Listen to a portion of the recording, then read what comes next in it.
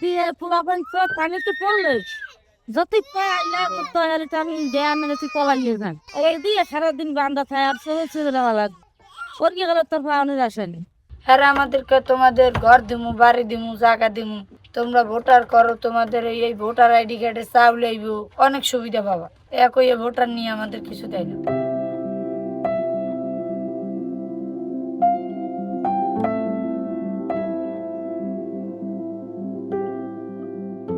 রাষ্ট্র এমনকি সমাজের সুরক্ষা পরিসর থেকে এই মায়েরা যখন বিচ্ছিন্ন তখন তারা নিজেদের সন্তানদের কোমরে রশি বেঁধে রক্ষা করার চেষ্টা করছেন।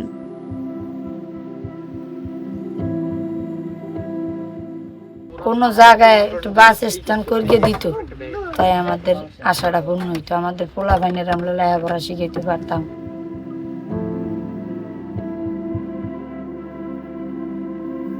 জলে ঘেরা জীবন, নদী ও নৌকায় জন্ম ও মৃত্যু।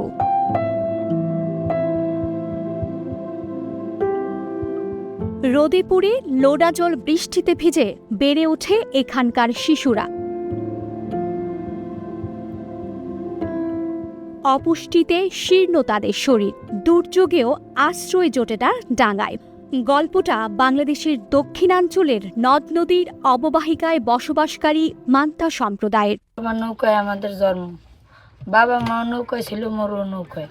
মগো অনেক পোলা ভাইন পানিতে ভরিয়া মারা যায়, কোনো সরকারে মগো কোনো সাহায্য কোনো কিছু দেয় না। পোলা ভাইন লইয়া রোদে রোদে হুগাই বৃষ্টিতে ভিজিয়েই আমাদের জীবন যাপন।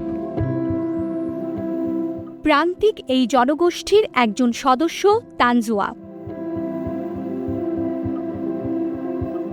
বরিশাল সদরের পাশ দিয়ে বয়ে চলা কীর্তনখলা নদী তীরে মান্তাদের সারি করা নৌকাগুলোর মাঝে দেখা মিলল তার। জানাচ্ছিলেন বরাবরই রাষ্ট্রীয় সুরক্ষা বলয়ের বাইরে তারা।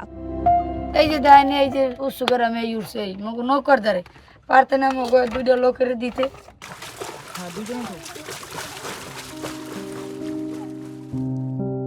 স্কুলে ভর্তি হতে লাগে ঠিকানা, মাটির ওপর মাথা গোজার একটু ঠাঁই, একটা ঘর যা প্রজন্ম থেকে প্রজন্ম বঞ্চিত মান্তা শিশুরা।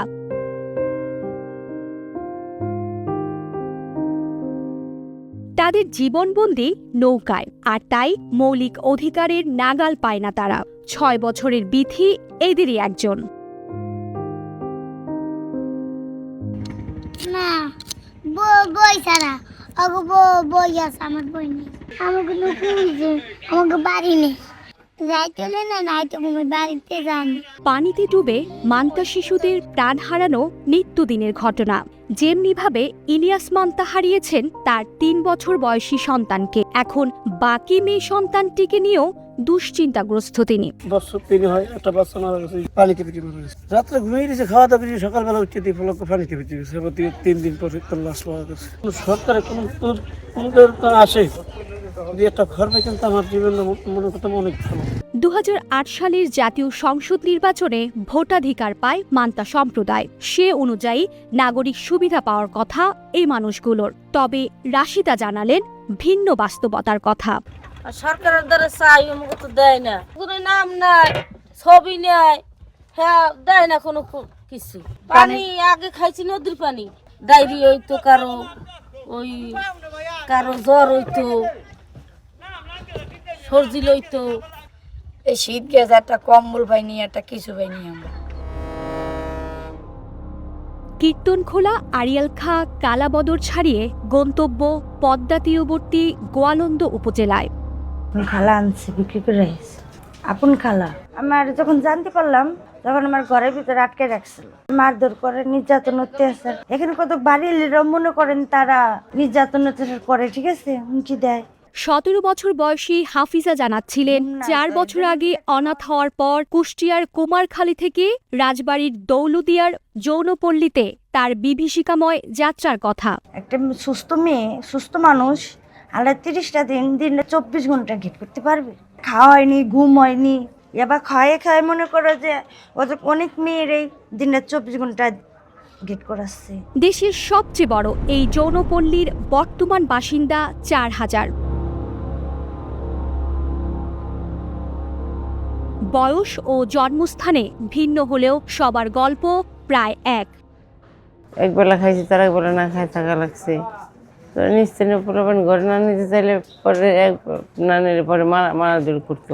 পল্লীগুলোতে 10 থেকে 16 বছর বয়সী শিশু যৌনকর্মী মোট সংখ্যার 60%। যৌনকর্মীদের 54%ই যৌনপল্লীতে অবস্থান করছেন।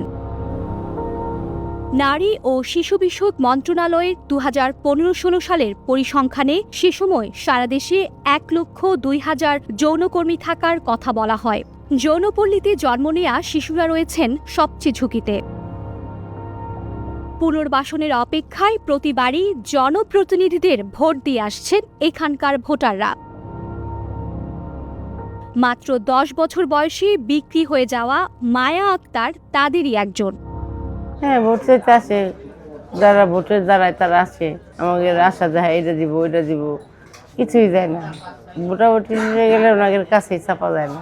আসলে ভোটের পরে ধরেন আমাদের উপরে যে কোনো নির্যাতন হয় তখন ওনারা আসে না। ভোট চাই, আমাদের কোনো সমস্যা হলে তা দেখবে, আমরা ভোট দিই, একটা ভোট দেওয়ার মালিক।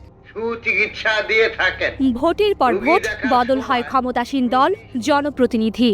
কেবল বদলায় না দৌলতদিয়ার পরিত্যক্ত রেললাইন ঘেঁষা হাফিজাদের ভাগ্য। তাদের জীবন থমকে আছে একই বৃত্তে, অথচ মুক্তি চেয়ে প্রতি নির্বাচনেই ব্যালটে রাষ্ট্রের কাছে দাবি জানিয়ে আসছেন তারা। আমাদের একটা ভালো পুনর্বাসন দিলে আমাদের কাজ করে খাওয়ার মতো একটা ব্যবস্থা করে দিব। নদী তীরবর্তী অঞ্চল ছাড়িয়ে রাজধানীর বুকেও দেখা মেলে প্রান্তিক জনগোষ্ঠীর বঞ্চনার চিত্র।